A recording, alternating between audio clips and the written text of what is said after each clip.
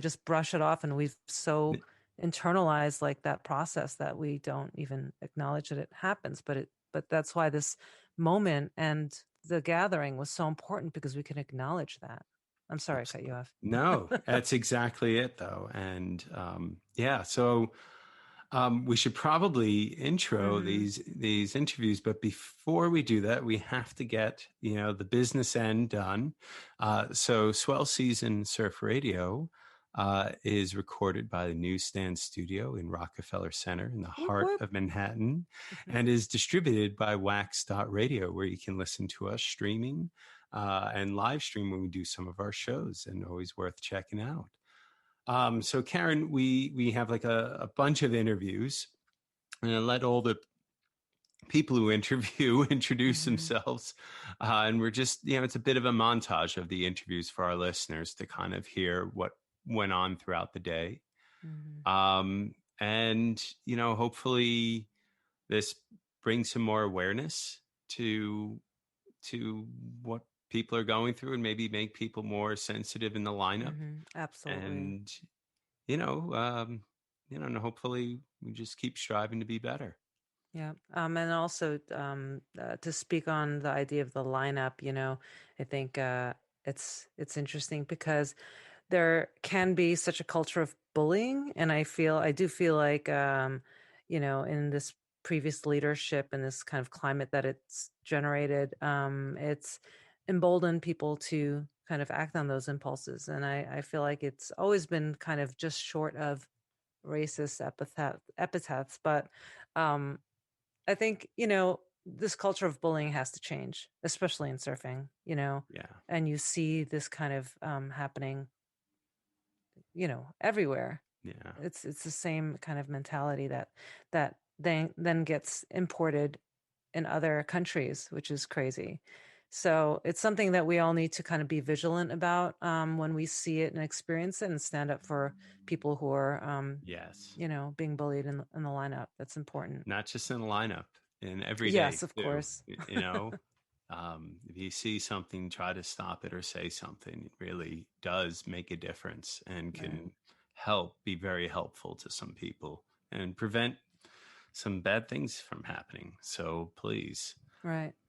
Don't be I heard afraid an to interesting factoid. Oh, yeah? That people who are experience racism or some kind of assault, if there's a group of people, they won't act. But if there's one other person, they'll act. And I wonder if it has to do with the idea that like a group of people think, someone else will do it. Yeah, that's very possible. I just wonder. I wonder if that's curious. Yeah, I'll have to explore that one. That's interesting. Human nature factoid thing. Well, Karen, we'll go right into these interviews, and hopefully. Oh, and also before we go, we will have listed in the copy of the episode different resources for those if you want to help out your friends in the AAPI community. There's a bunch of different organizations you can reach out to, like Safe Walks and Red Canary Sun. But we'll have a whole list of others in the copy of our episode, so you can find other ways that you can help out. Wonderful. And thank you, Tyler, for your support and allyship. It's really, really wonderful. I have a lot of friends, It's like and I don't like seeing my friends sad or hurt or anything, that's bad. So I'm here for you and here for our community. Anyway, I'll stop our blubbering and let's go right into these interviews. Cool. All right.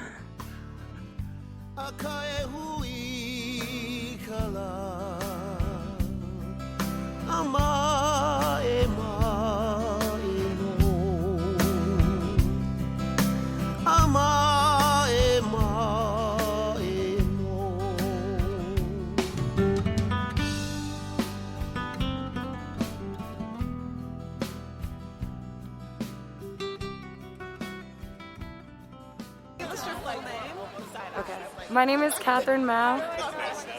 Okay. My name is Catherine Mao.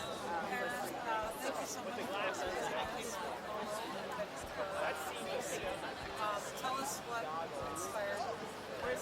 To be honest, Momo called me and we were just talking about everything that's been going on, and I've been really lucky to have somebody like Momo in my life. I feel like it's an example of the kind of relationships that we have in surfing. And so we've just really been talking about what's been going on in our shared lived experiences. And we just know that like these are the type of conversations that we want to continue to have, not just between ourselves, but with our community and with people who don't have the same experiences. And we wanted to give platform to that. And we couldn't think of a better way than to honor the victims, but also show the world and have the visibility that we are standing together. Yeah. What are some of the instances that you guys have shared that inspire? I know for me as an Asian woman, growing up, I felt like I grew up all over, but I grew up in Montreal, and then I moved abroad to China, and then I actually went to boarding school in the Northeast, and I was in like predominantly white environments, and I found myself, if not the only Asian person, also the only person of color in those environments, and so I think like what is really painful is like you experience these very overt aggressions, but it's actually like the microaggressions, the subversive stuff that happens when you're growing up as a young woman, especially a young Asian woman, that start to really affect the way that you view yourself. And that is honestly some of the most traumatic experiences, is having to confront those experiences again as an adult and like recognize all of the things that you've internalized. And I know for Momo, that also like intersects with their queer identity and so on and so forth. And so we've been like, we're similar in age, but I'm a little bit older and I grew up in a different, less progressive environment. And so like, it's been really interesting for us to share that. And then also just like being in the water, like I would say learning how to surf and then being able to surf in Rockaway, where there are some days where I come out and I realize like there are more people who look like me in the water than there are people who don't, and people who actually fit in a more mainstream version of surfing. And that has been really inspirational. So it's not always negative experiences, it's positive experiences too that want us to like, that give us like the motivation to have these discussions. Because I don't think I would be surfing, and I don't think I would be so passionate about this community if it weren't for those people who look like me, who have shared experiences, who are also people of color, who've given me like mentorship, who've given me friendship, or like challenged me to grow in this space. Yeah. Tell us what we're going to expect to participate in today. So our plan is to lead with some remarks from a really awesome speaker, Jungwon, who is also a surfer in this community. And we want it to be engaging. We want everyone to have an opportunity to share their emotions, their thoughts, their feelings to whatever extent they feel comfortable with. And then we'll be paddling out and honoring, again, the victims,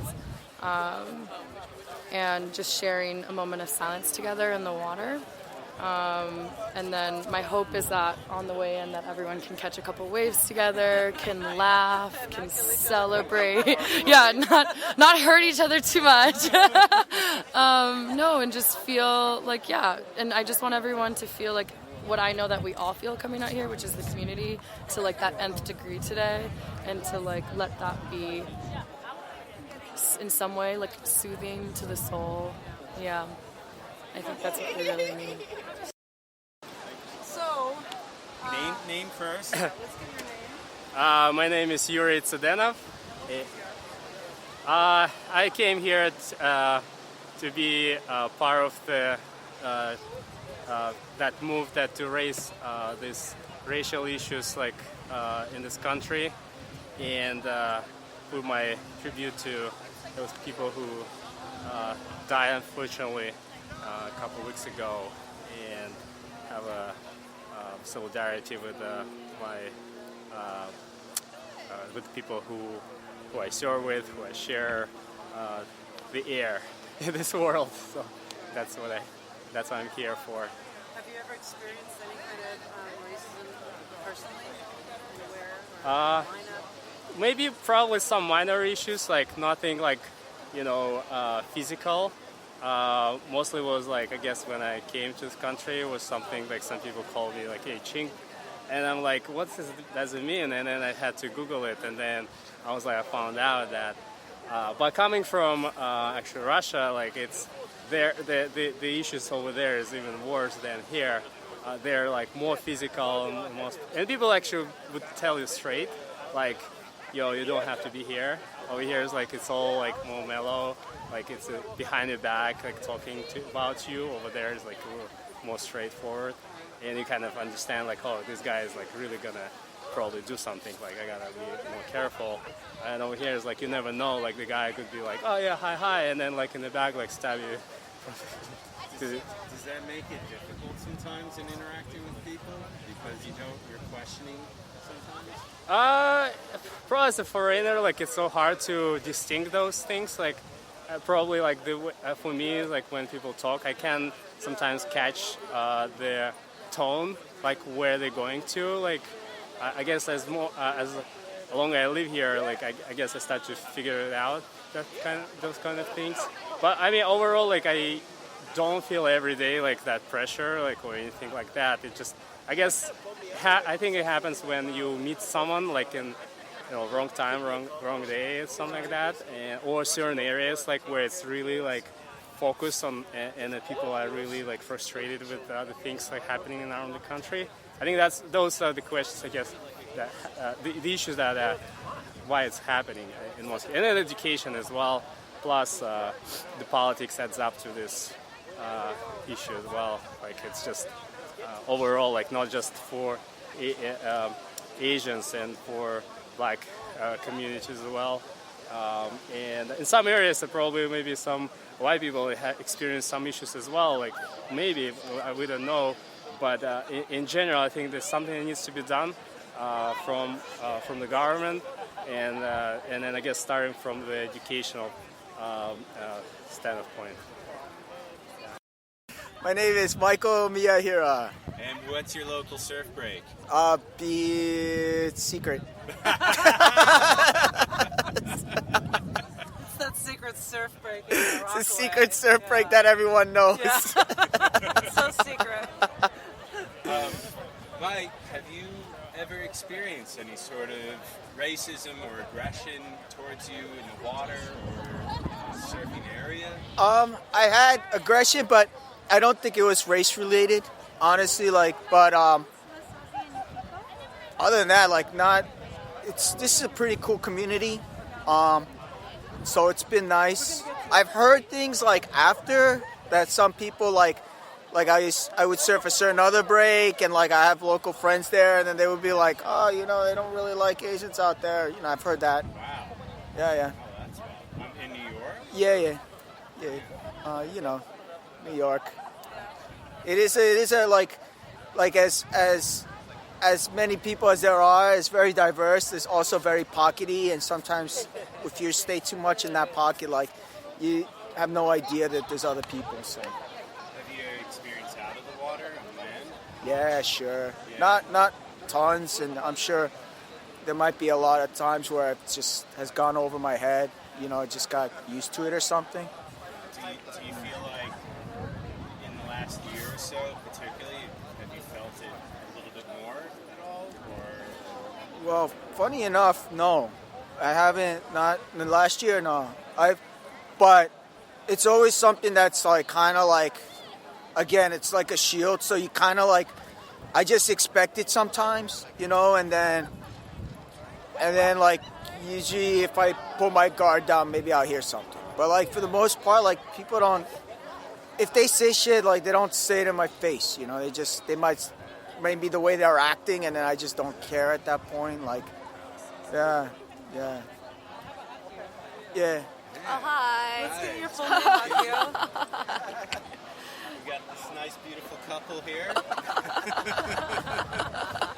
Give us your full name. Oh, my name is Akiyo Koyama. And how about you? Have you experienced any of kind of the racism and hate that's been going on? Like in the water? In the water and out of the water, both. Like not really, like because of COVID. Yeah. Like I have